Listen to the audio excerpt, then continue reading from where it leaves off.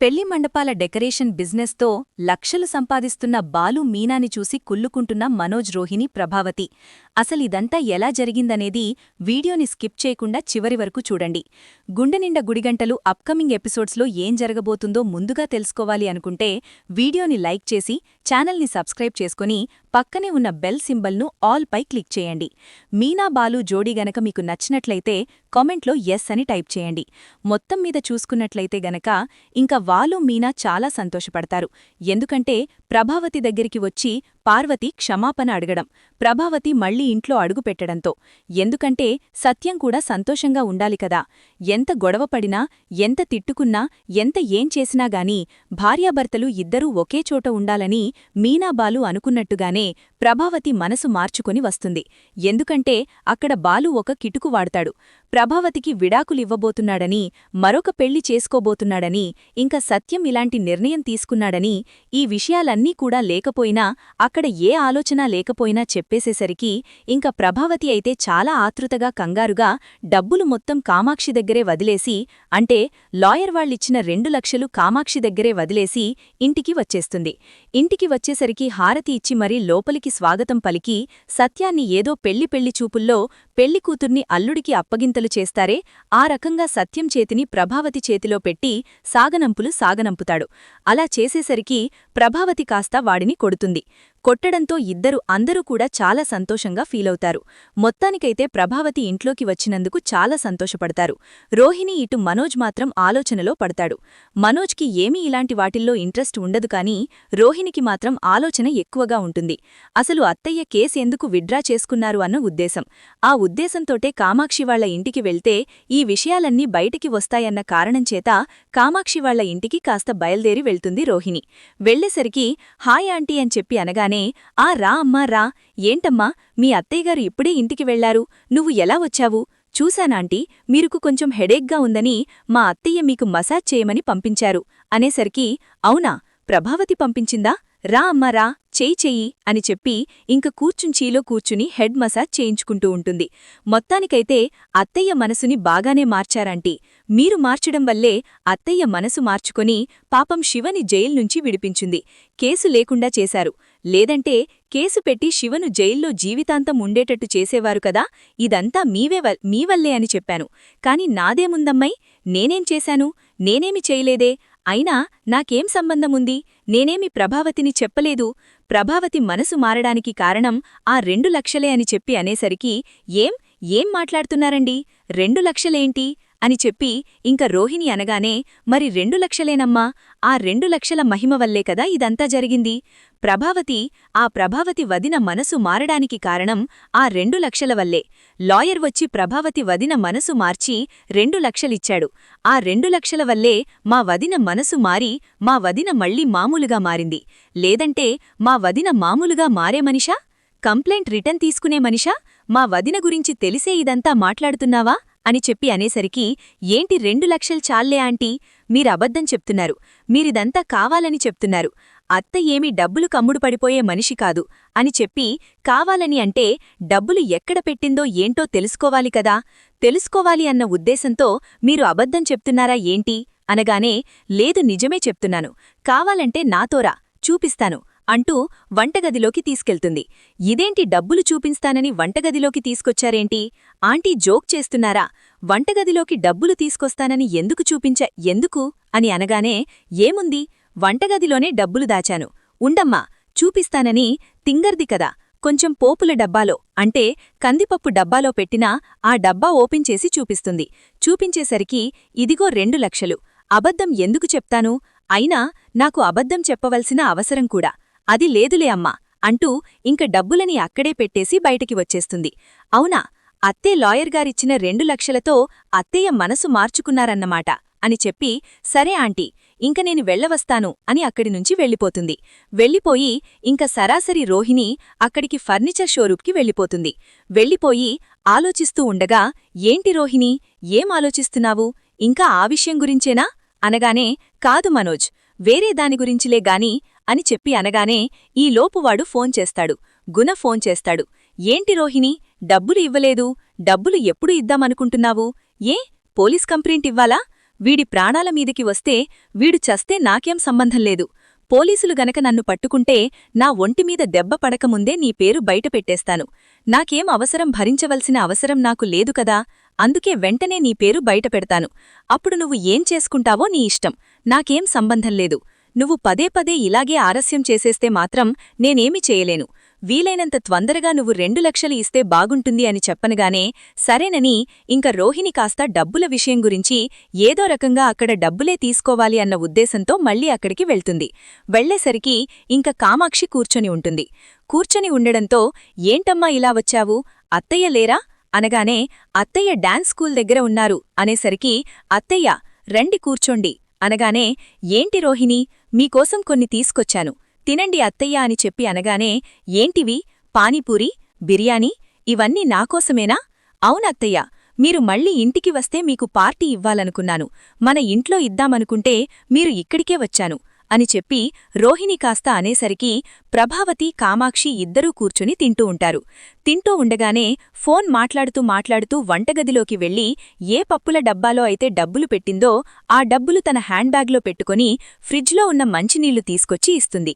చాలా థాంక్స్ రోహిణి, కడుపునిండా తిండి పెడుతున్నావు, మంచినీళ్ళిస్తున్నావు, చాలా చాలా థాంక్స్ అని ఇంకా అక్కడినుంచి ప్రభావతి కాస్త కొంచెం ఏదో తిని అక్కడ ఉండకూడదు అన్న ఉద్దేశంతో అక్కడినుంచి వెళ్ళిపోతుంది. వెళ్ళిపోయేసరికి ఇంక ప్రభావతికి విషయాలేమీ తెలియదు కదా. ఇంక ప్రభావతి వెళ్ళిపోయిన తర్వాత మీనా వస్తుంది.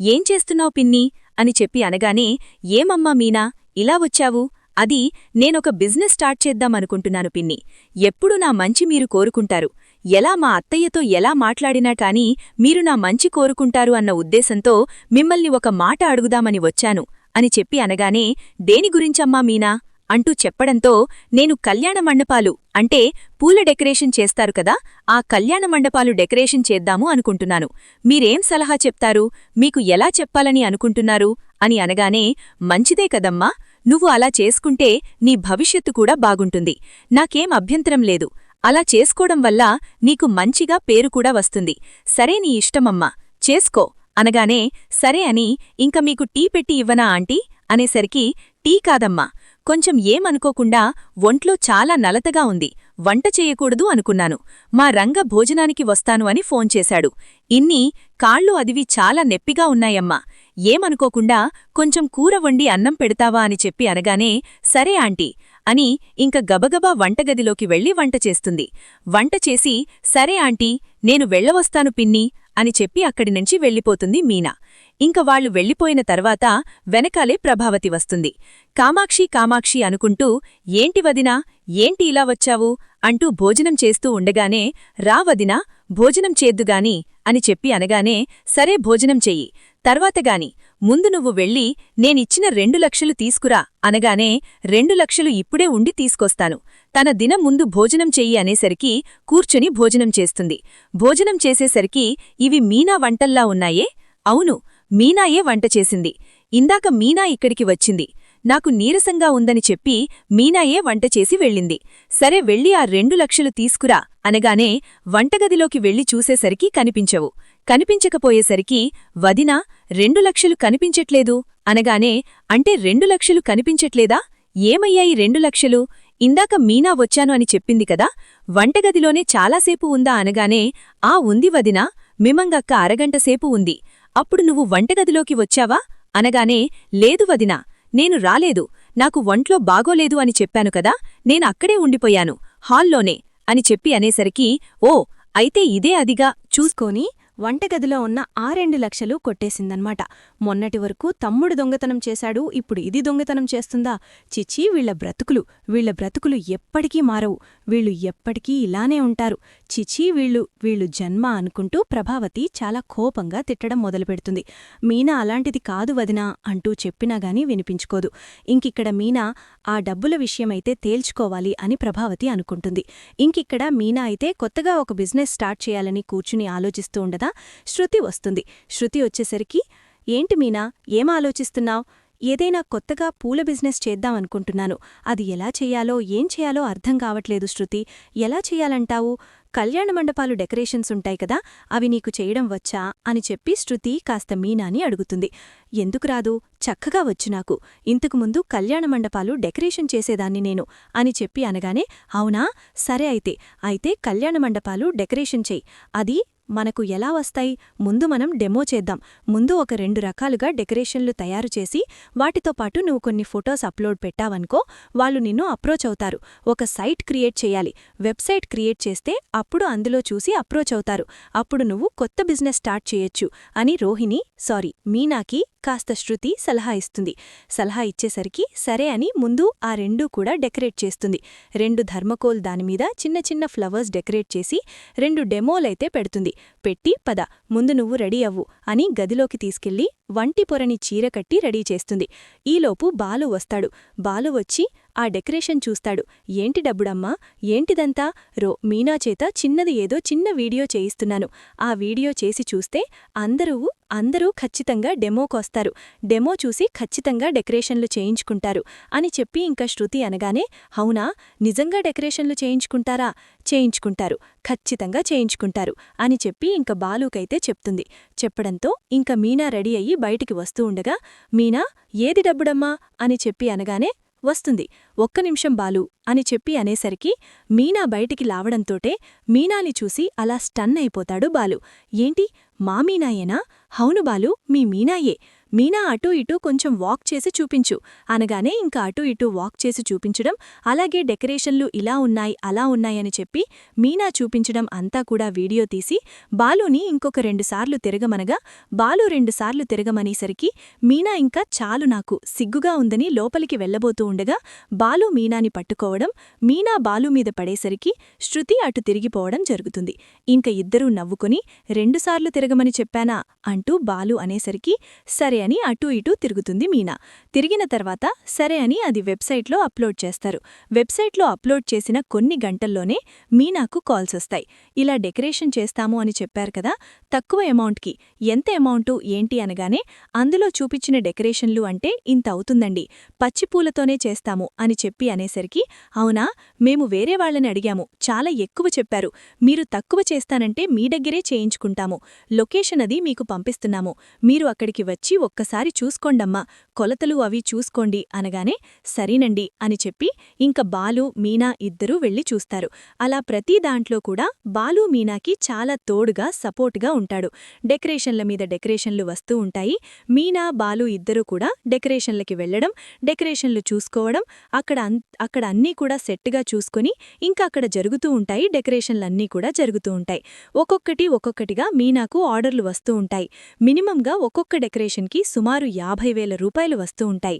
ఎందుకంటే డెకరేషన్తో పాటు హల్దీ అది ఇది అన్నీ కూడా చేస్తూ ఉంటుంది మీనా. మొత్తం అన్నీ చేస్తూ ఉండేసరికి మీనాకు అమౌంట్ బాగానే వస్తుంది. ఇంక ఒక నెల వచ్చేసి సుమారుగా ఏదో ఒక ఫంక్షన్ జరుగుతూనే ఉంటుంది కదా, ఒకరికొకరు చెప్పుకుంటూ ఉంటారు కదా, ఎందుకంటే వాళ్ళు ఇంత బాగా చేస్తున్నారు, అంత బాగా చేస్తున్నారు, ఆ రకంగా డెకరేషన్ చేస్తున్నారు, ఈ రకంగా డెకరేట్ చేస్తున్నారు అని చెప్పి మాట్లాడుకుంటూ ఉంటారు కదా.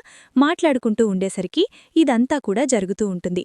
జరుగుతూ ఉండేసరికి ఇంకా ఇలా జరుగుతూ ఉండగానే డెకరేషన్ అంతా కూడా చాలా సంతోషంగా, అందరూ చాలా హ్యాపీగా ప్రతిదానికి కూడా బాగా రియాక్ట్ అవుతారు.